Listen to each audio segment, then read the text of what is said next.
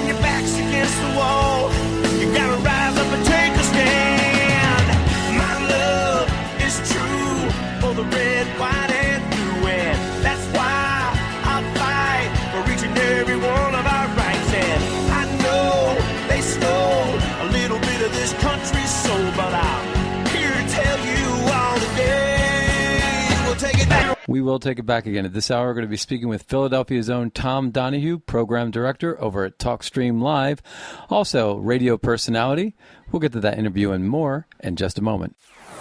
In a world gone mad, there is an intergalactic struggle between right and wrong, good and evil. We find the truth on The Scott Adams Show.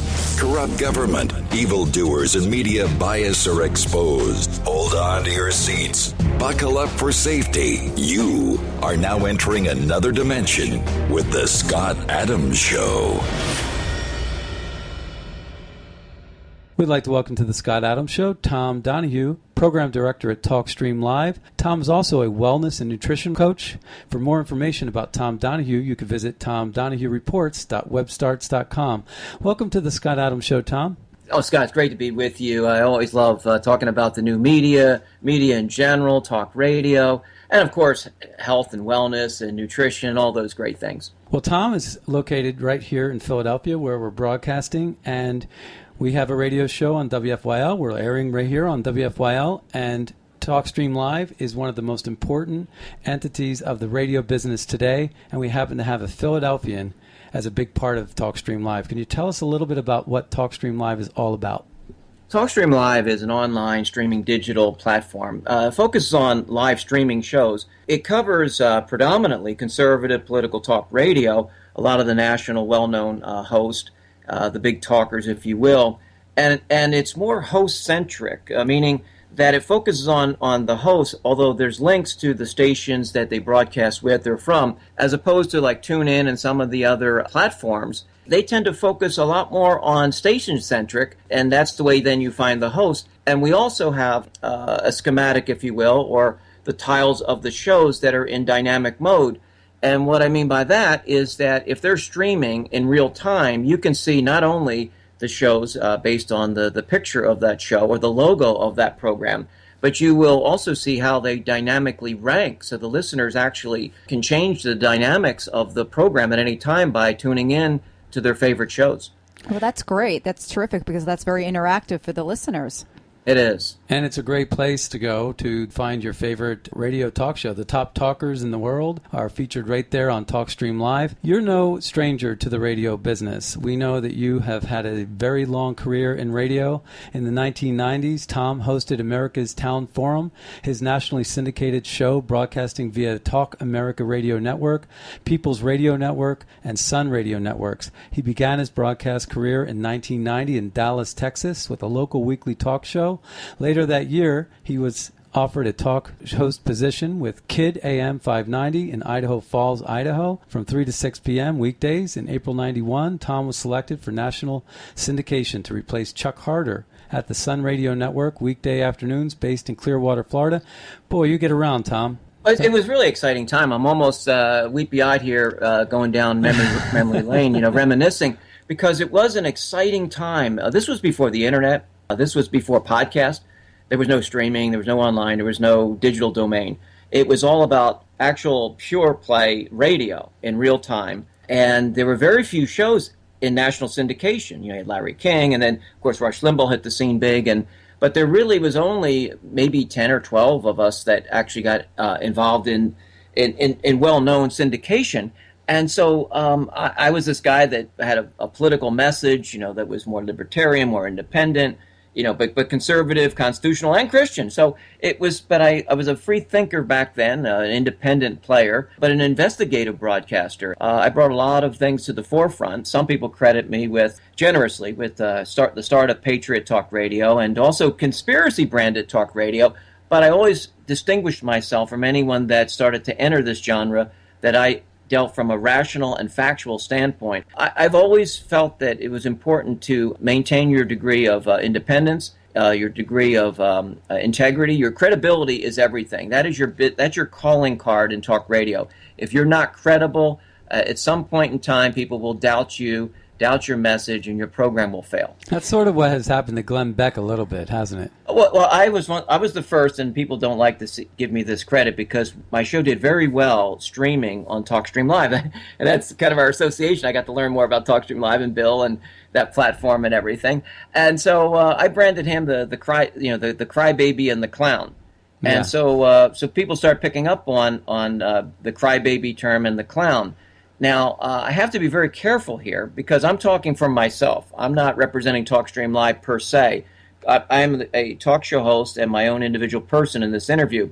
But when I put on the TalkStream Live hat, the TSL hat, I treat everybody fairly, and we give everybody that fair push. Now that I'm talking about talk radio industry, I think that it's important to have your own not only independent point of view, but also be able to share your ideas where I don't hold back. That was the way I did my program, was that people always knew where I stood. It was very clear and very cogent, the message. But when you talk of the term investigative radio, investigative journalism, you don't hear that much when you're talking about talk radio these days. You often hear a lot of people basically repeating their own sound bites and preaching to the choir, if you will. So it's interesting that you're bringing a very refreshing perspective to radio. Well, I tried back then, and I tried. See, I entered talk radio not just because of my communication degree from Rutgers University, New Brunswick, the main campus. I got into this because of my politics, and I became more and more influenced. And there was I would say probably, not just probably, he was a legend in the Philadelphia radio market,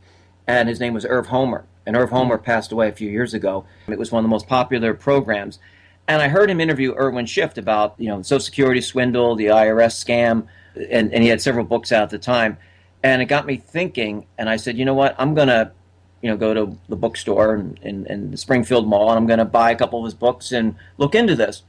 So then it wasn't too long after that, I was influenced by a book by Gary Allen called None Dare Call It a Conspiracy. And then I was off and running. But strangely enough, and this is a really interesting point, that when I was at Rutgers, considered like the Berkeley of the East Coast, we had a political science class that one of the assigned books, and we had to read, I think, about 6 books that semester, was a book by C. Wright Mills called The Power Elite. And so that planted the seed. So when I read None Dare Call It a Conspiracy, I said, wait a minute, let me compare notes here. This is a college professor in the departments of sociology and political science is talking about these elitists behind the scenes that exert an enormous amount of influence, if not control. And so that's really what got me going. It was my beliefs that drove the message, and it was an authentic message. Well, we're going to pick up with that after the break, but we want to remind our listeners that we're speaking with Philadelphia's own talk show host, Tom Donahue, also the program director over at TalkStream Live. You're listening to The Scott Adams Show, and we'll return after these messages. Hold on to your seats. Buckle up for safety. You are now entering another dimension with The Scott Adams Show. We'd like to welcome back to The Scott Adams Show, Tom Donahue, Program Director at TalkStream Live. Tom is also a wellness and nutrition coach. For more information about Tom Donahue, you can visit tomdonahuereports.webstarts.com. Welcome back, Tom.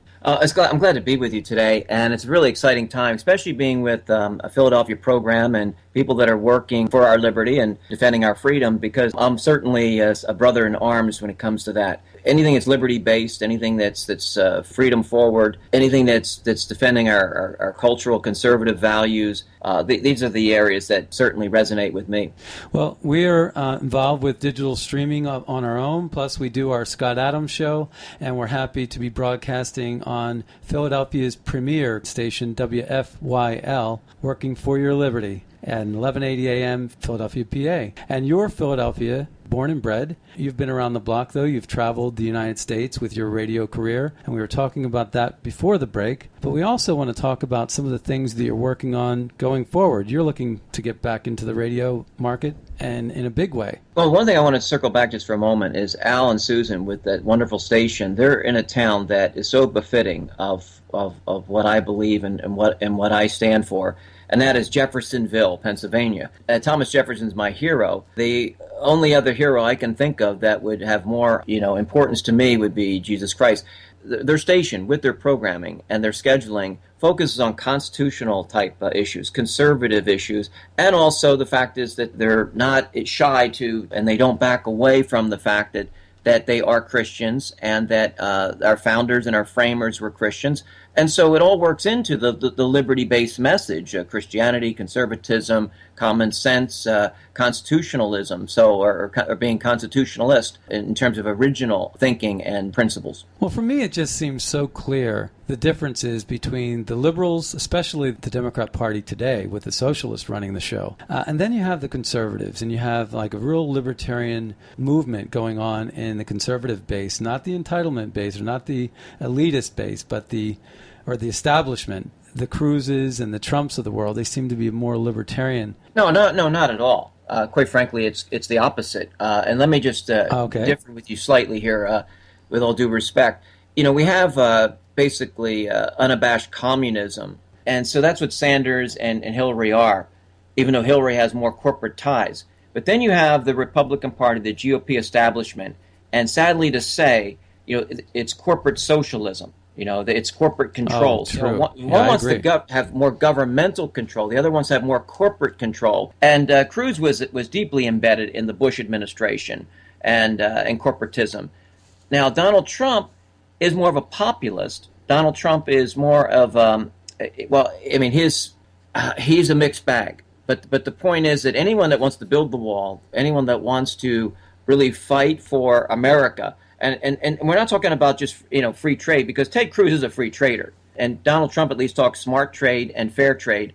And this whole message goes back to the 1990s when I was a prominent broadcaster. It was really an odd time because you had extremes from the left and the right that came together to fight NAFTA and GATT, to fight these trade agreements. And so it's reminiscent of that, because I interviewed at the time Pat Buchanan, who I like quite a bit. And then I also interviewed Jerry Brown. And then there was Ross Perot. And then there was various others, Chuck Harder, myself, that were fighting together. We were strange bedfellows, but it was on that specific platform and principles. Then we differed, and we went our separate ways on other things. But you had the Bushes and you had the Clintons. You had most of the GOP hierarchy involved in these trade deals that have literally destroyed, the working class, the middle class of this country, has destroyed our trade and our industries, especially manufacturing. In terms of libertarianism, and I know Ron Paul, I lived in Texas, as you mentioned. Unfortunately, his son, Rand Paul,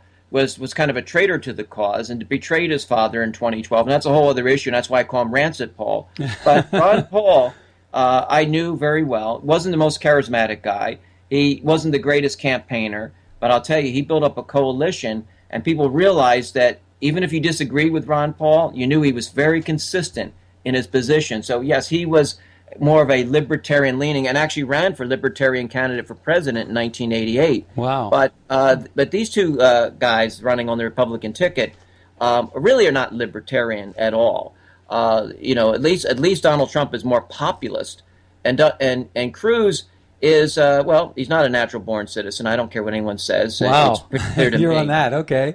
So he's Canadian, Ted, and the fact is that Heidi Cruz, she's a lovely lady. She's very smart. She's very dignified. Obviously, very heavily or highly educated. Mm-hmm. A talented woman. I'll give her that. But the problem is she's a member of the Council on Foreign Relations. And any member of the Council on Foreign Relations, whether high up, low down, or for globalist, internationalist, New World Order. And I cannot in any way imagine that Ted Cruz isn't fully aware of his wife's affiliation with the Council on Foreign Relations. Wow. Yeah, that's a mouthful. Let alone Goldman Sachs. And Goldman Sachs, almost every Treasury Secretary comes out of this wing of Wall Street. And they control, through the Federal Reserve System, our monetary destiny. So that's Heidi Cruz. Well, you saw that going back to Robert Rubin in the Clinton administration. So it is a consistent back and forth path. That's so interesting. So what do you make of this election season? Well, actually, in the beginning, I was going to say that I think that the Christian values are more reflected by the Conservative Party than the secular Liberal Party. I think just when you look at what the Founding Fathers had in mind with the Judaic Christian perspective, I think that the Democrat Party wants to move far, far away from that. And it's scary because we've had 8 years with Obama, and we're looking at someone like a Hillary Clinton, who's like a Obama light, knocking at the door. And it's just strange because the Democrat Party seems to have lost their roots, their way. They've certainly lost a lot of seats in the House and Senate, but they've moved very far away from where, say, John Kennedy was in the 1960s. Well, hellish Hillary, Hellcat herself. There's no doubt that she has, deep roots in communism. And Bernie Sanders even tops her. So, but at least Bernie Sanders is honest about it. I mean, he comes out and says that he's an avowed socialist, which essentially is saying he's a communist. And Hillary tries to hide that. And Hillary also does the international corporate dance with Wall Street and the corporation. So whether it's, and if you notice how close the Bush family and the Clinton families are, they all, you see them at many charity events. You see them at various other sponsored events. Each family's had the other at the White House, and so it's pretty amazing. And then there was a lot of documentation that when George Bush was vice president, he was working hand in glove with Bill Clinton when Meno, Arkansas, and the drugs and the arms trade was going on with the Contras and that whole thing, in Central and South America. So the problem is that even though they might be different party labels, there's an intertwined system in place through the Trilateral Commission, the Council on Foreign Relations, this globalist New World Order. And so that's where the real problem comes in. The Republican rhetoric, if they were to follow it and went beyond rhetoric and it was reality, then I would say absolutely. But if you look at the national debt, both parties have helped bankrupt this country. And these no-win bogus wars that both parties have gotten us into, that's internationalism. That's the world policeman. So that's the real problem here. And I think that finally, even though I wrote a scathing blog article on Donald Trump, I'm going to come out with a part 2 that's going to talk about at least he is winning, and I think he's going to win for America. His administration would be plagued with problems. A guy that's in his late 60s playing around with Twitter at night is not a good thing. But the point is, he is an adept and shrewd businessman, and he's actually going to make some deals. Just think of this, a president would finally make a deal or two in favor of America. Let's rejoice. That's so true. Well, it's interesting about the Democrat Party and where they've come from, and so rapidly, in my opinion, to this socialist platform. But we broadcast directly out of Philadelphia. We're about a block away from Independence Hall and the Liberty Bell. Mm-hmm. And when you think about that storied history, it makes you wonder how we've gotten so far askew from what the Founding Fathers had in mind for our country. Philadelphia is a city with about 1 million registered voters, and about 825,000 of them are registered Democrat, and about 119,000 are registered Republican, and 115,000 are registered Independent. That is a scary statistic. And so naturally, we have a lot of friends who happen to be registered Democrats. And a lot of those Democrats feel like they lost their party. They have no one to vote for because they certainly they're not embracing Hillary for a lot of reasons. One, that she's a criminal. And they certainly can't get their head around that a self-proclaimed socialist. You take a character like Trump, who people are wondering, is he a Democrat? Is he a Republican? And a lot of those Democrats are actually starting to turn over to Trump. Well, I think what's happening is people are saying, who's actually going to stand up for America legitimately, and that actually is a natural-born citizen that lawfully can do this. Now Cruz, with all his constitutional legal background, do we really need another attorney? Hillary, Bill. Good point. Most of them are lawyers. We need a businessman. We needed one. And Bush Jr. He wasn't the brightest bulb in the drawer. Of course, or the sharpest knife in the drawer would probably be a better way of putting it. But the point is that they go to these elitist schools, whether they're qualified or not, or whether they're a legacy pick because of their parents or grandparents. They continue to work with the status quo, the establishment. If Pat Buchanan would have been elected, yes, he worked through the Nixon administration and all that, but I think Pat was too much of a independent player. Now, and Ross Perot, lost his courage and backed off and dropped out, I don't know whether Papa Bush, Mr. CIA Bush, threatened the Perots and the wedding and all that. I think it was I know they've been up to some many dastardly and devious acts, but I don't know if they actually threatened a wedding that way to disrupt it, so that's a justified reason for dropping out of the race. I think people are finally saying, regardless of party label and rhetoric and so-called ideology, is there anybody that will stand up for this country and do the right thing? But I do believe, and I've heard him enough times now, that I actually think he does love America and he would do certain things right. Does he know the Constitution fully? Might he compromise on some things? Perhaps. When someone talks a good conservative, Republican, GOP game, and when they get into office and they do the opposite, or they put up candidates, like Romney. Who could have taken Romney seriously? I mean, he was the precursor. He was the progenitor of Obamacare. We're going to touch upon that after the break. We're speaking with Tom Donahue. Tom Donahue is program director at TalkStream Live. Tom is also a wellness and nutritional coach. For more information about Tom Donahue, visit tomdonahuereports.webstarts.com. You're listening to The Scott Adams Show, and we'll return after these messages. We find the truth on The Scott Adams Show. Hold on to your seats. Buckle up for safety. You are now entering another dimension. And we're back. My name is Scott Adams. I'm joined by Leonore Cravota, and this is The Scott Adams Show. We'd like to welcome back to The Scott Adams Show Tom Donahue, Program Director at TalkStream Live. Tom is also a wellness and nutritional coach. For more information about Tom Donahue, you can visit tomdonahuereports.webstarts.com. Welcome back, Tom. We're getting into a lot of political stuff, and obviously we're in the season for that. One of the things that you brought up, and I know I'm not one that, like politicians, tries to divert, or try to in some way be equivocal and not answer questions. So let me just tell you, yes, I do have the intent, the motivation to get back into broadcast radio, not just online streaming, not just podcasting, not just blogging. That I want to make sure it's the right situation. I'm not a hobbyist. I've been around the block. I've been on real radio stations. I've been syndicated by, national credible syndicators. But this is a whole different age, and it's great for politics because everybody has a voice and everybody has an opinion. And you can make those opinions known, whether it be through a podcast, whether it be through an online streaming station, whether it be through Blog Talk, whether it be through all the social media, YouTube, etc. But when I was doing this, back in the day, you had to rely on the brick and mortar, towers and radio stations. They've come around. I mean, these radio stations now have digital streams and mobile apps and all of that. So it's an exciting time. I have to be a little more responsible as an adult.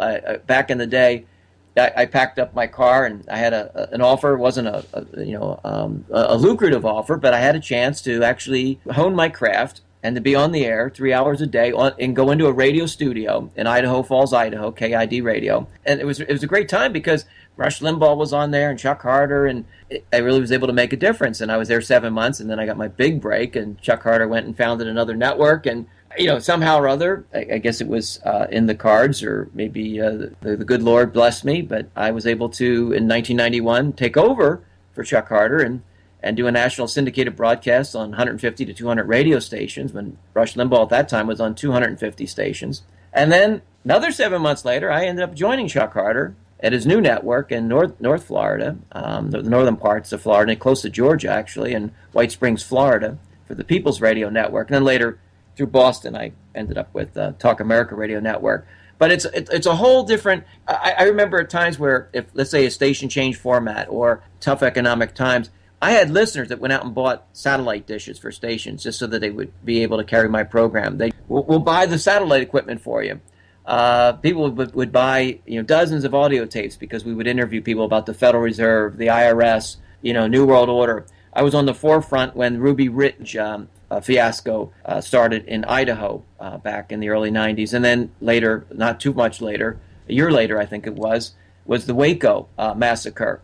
So I had, the negotiators that were patriots that were reporting every day. And I took heat because some people say, well, let's talk about something else. Well, I really felt that those two seminal events were that important that it warranted the preemption of other so-called daily political topics. And that's what I did. So I'm a strong believer that it's about what is right, not just being right or being on the so-called right of the political spectrum. And so I always seek truth. I'm a free thinker. I'm a constitutionalist.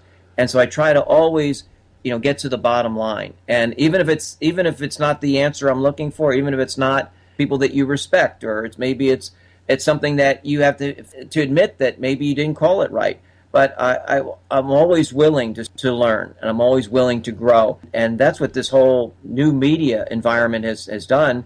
And I've also had to learn that I can be very happy working behind the scenes on some of these things. So many people, they feel like their face has to be on the cover, that they have to be on the forefront, that they have to be the star. And I never got into this to be a star. It just so happened that I did receive a certain amount of recognition of the following that I had. It was always about the message and the mission more so than the messenger. Well, just like Alan and Susan Locke from WFYL are important figures in Philadelphia and Christian radio, Tom Donahue and Bill Fries, the owner of TalkStream Live, are important figures in the land of radio. You know, we have benefited just by your wisdom in helping us sort of make the right decisions for our own radio career, and we appreciate you with that input. We wanted to get back to politics a little bit, and I wanted to get your take on the brokered convention that is almost inevitable. Oh, it appears that it might be, though. I have a feeling Trump is going to massacre the other two, figuratively speaking, in New York. I think he's going to absolutely devastate, you know, his one legitimate competitor, the other just a free meal ticket to the presidency, John Kasich. And another thing you have to look at, besides creepy Cruz, okay, you have this cranky Kasich. If you ever see a reporter start to ask him a question he's uncomfortable with, he gets very cranky. You know, he tries to act like he's this jovial, nice guy, and he's not saying any of the harsh things, you know, in terms of the bellicose or belligerent nature of Trump. If you really look at, you know, as you start to dissect, you know, these interviews that Kasich has, you know, you can't ask him a tough question. You can't, you know, have a follow-up. He gets very cranky. And so this cranky guy that always loves to tout his, you know, all the things that he and Gingrich did back in the 90s, but they don't talk about some of the devastating things they did too. You know, they did a lot of compromising with Bill Clinton. And so the point is they want to take all the credit, but Clinton realized, because he was a conniving political animal, that he knew how to manipulate the Republicans, and he knew how to get his way, and he did, and he got most of the credit. Well, you know, that's so true. But, you know, I've always been a big fan of Kasich. However, I've lost a lot of respect for him. I've been hearing that the Soroses of the world, I think George Soros' son, some other Democratic operatives, have financed super PACs that have benefited his campaign, all for the simple reason of trying to keep both candidates from getting the traction needed to get the 1237 delegates and to ensure a brokered convention, which is the establishment's dream, especially if they can keep Trump far enough away from 1237 to make the second go-around on the delegate count a reality. Because once that happens, all bets are off. And let's face it, in history, there have been 9 brokered conventions on the Republican side, Mm-hmm. and guess what? 5 of them went to a candidate that did not have a lead going into it. Mm-hmm. So, well, they're not going to keep Trump far away. I think he's going to be very close, and he may even get there, because I think Cruz is going to start losing his momentum, especially with the topography, you know, of where these primaries are taking place. And I think that now the spotlight is on these seedy, dark rooms where delegate negotiations are going on. The will of the people there in Cleveland is going to be huge. You know, I really think that there's going to be a spotlight, and the cockroaches can't hide in the light of day. And I think that they're going to be forced to do the right thing, one way or another, unless of course the design plan, the fix is in that they want Hillary to be the president of the United States. And it may very well be, because if she's going to do the will of Wall Street, just like her husband did, you know, and the Bushes did, then we may very well see that happen.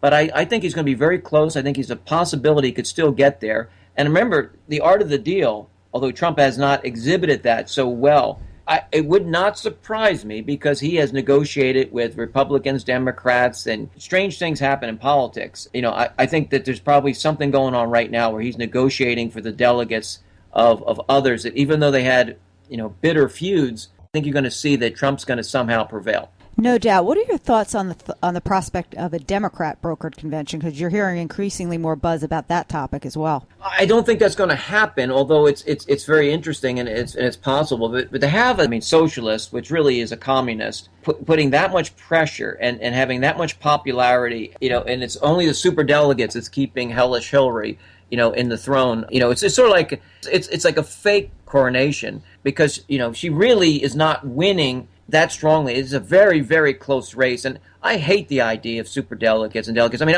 I believe in a republic in a land of laws, and I don't believe in democracy as in mob rule, but I believe in a democratic overview as it relates to the will of the people in general should be honored. It's not to say that we overthrow things, because there are certain laws that are based more so on the individual and the protection of, say, the sovereignty of the state or various other things. So I don't want to see a pure democracy where just majority rules on everything. But the will of the people as it relates to voting, and people taking the time and the effort and the energy and the research to do this, and that to be thwarted, to be usurped, to me is unconscionable and unconstitutional. Yeah, sort of like what we saw after the 2014 midterm. We want to remind our listeners that we're speaking with Tom Donahue, Program Director at TalkStream Live. Tom is also a wellness and nutritional coach.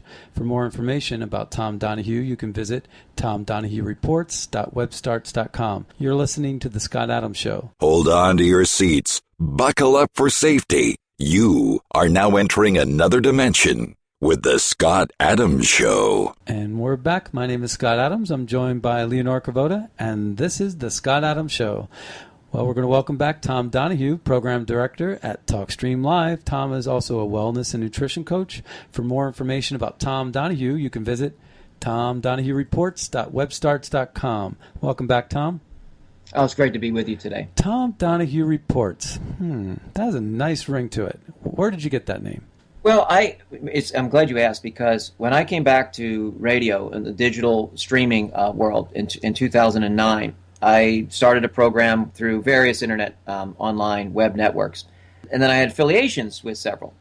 And so I came back with the title because I was so ticked off with how many of these programs, especially in the conservative realm, that want to control thought process, that want to dictate how an agenda, and so I came up with the title Free Thinker Radio, because I wanted people to think for themselves and think outside the box and not just be follow the leader. Then I realized that I don't think they really understood that, and I think I got my point across. So then I said, you know what?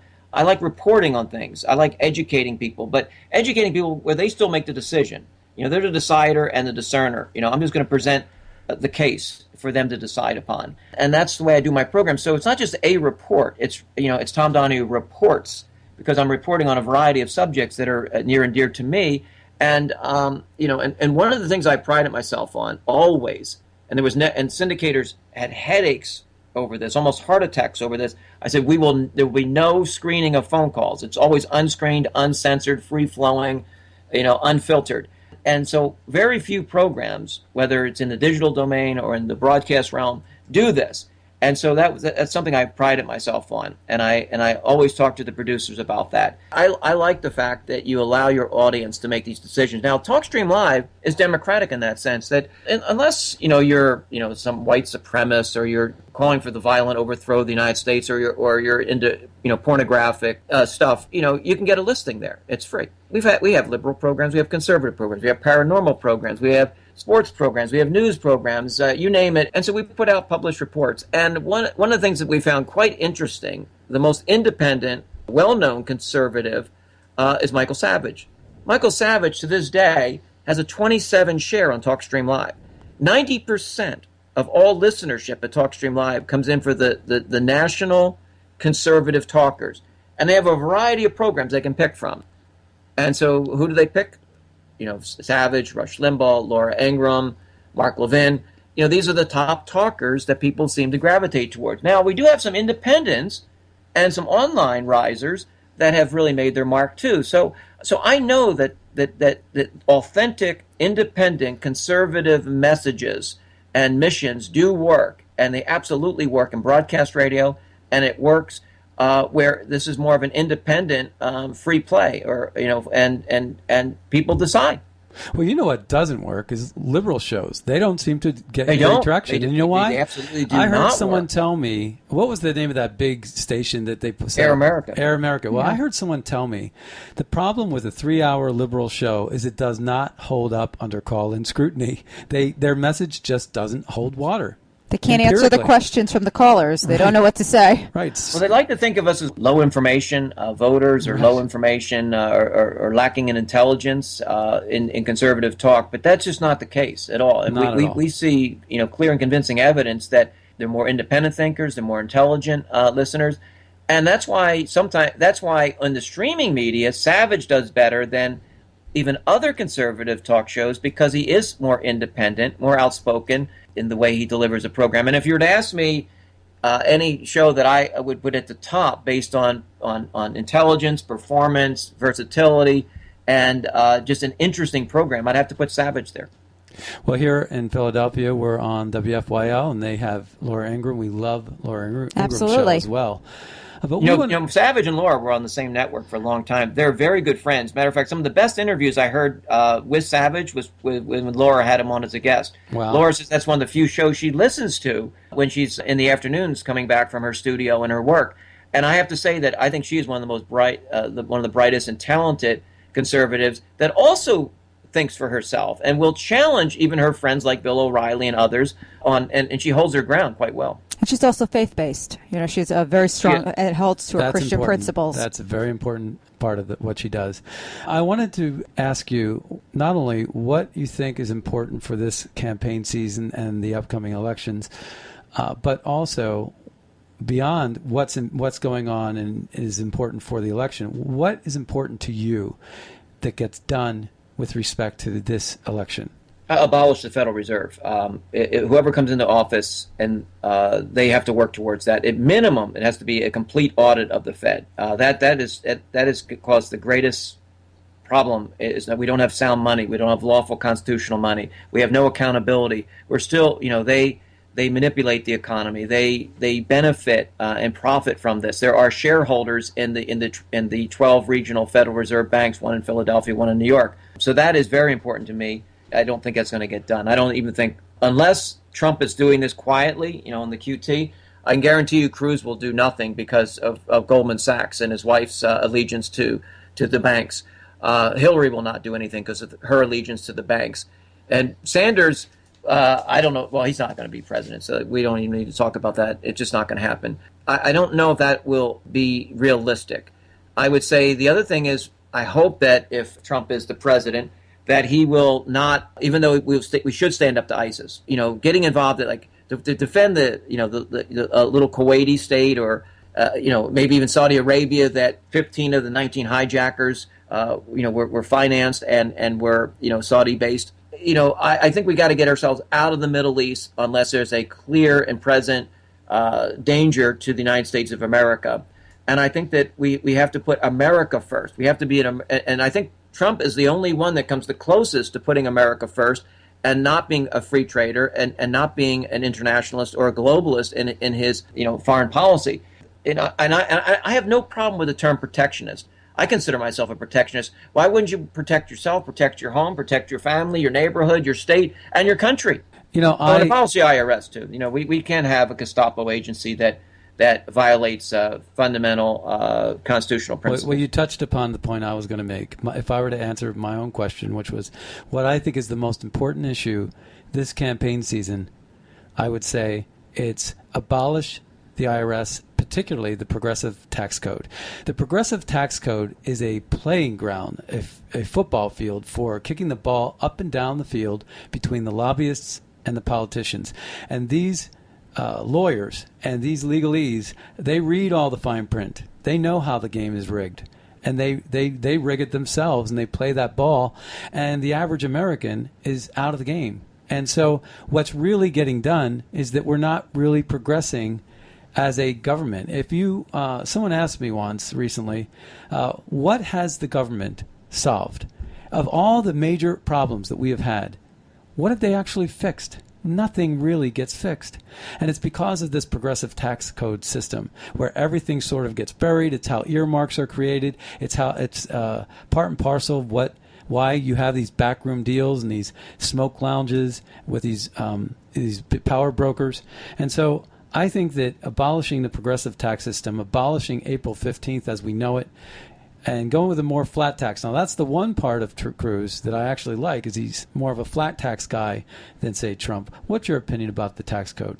Well, I mean, Cruz is a smart guy, and he is he does, even though he's a Canadian. I don't care what anyone else wants to say. Canadian kid, Ted. And he is creepy. I don't know anyone that would really want to be a friend of his, but that's another thing. But he's like that guy in the classroom, whether it's high school, college. You go, man, he's super smart, but boy, I wouldn't want to have a beer with him. I wouldn't want to have a conversation with him, because he's just a creepy guy. But there are creepy guys, and that's just the way it is.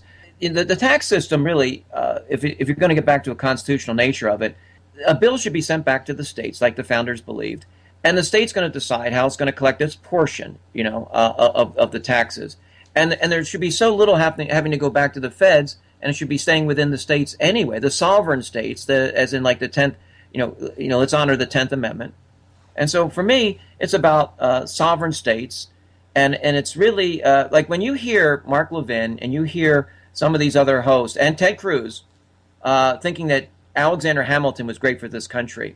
You really have to question, and maybe they get this from law school, but Hamilton was the chief adversary of Thomas Jefferson.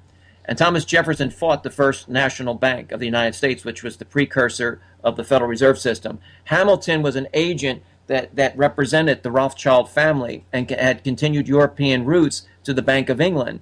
And so when people talk to you about how important Hamilton was, they've been brainwashed. It's absolutely completely fabricated and untrue. He was not one of our heroes as one of the founders of this nation. Wow, that's so true. Well, Tom, we're going to have you back on our show again, right? You know that. Yes. So you're located here in Philadelphia. You are a friend of the Scott Adams Show. You've given us a lot of advice in how we can take our career to new heights, and we appreciate your wisdom, not only from the radio market, but just as a friend of the Scott Adams Show. We want to thank Tom Donahue for spending some time with the Scott Adams Show today. We can tell our audience that you're the program director over at TalkStream Live, located on the internet at TalkStreamLive.com. Tom's also a wellness and nutrition coach. For more information about Tom Donahue, you can visit TomDonahueReports.webstarts.com.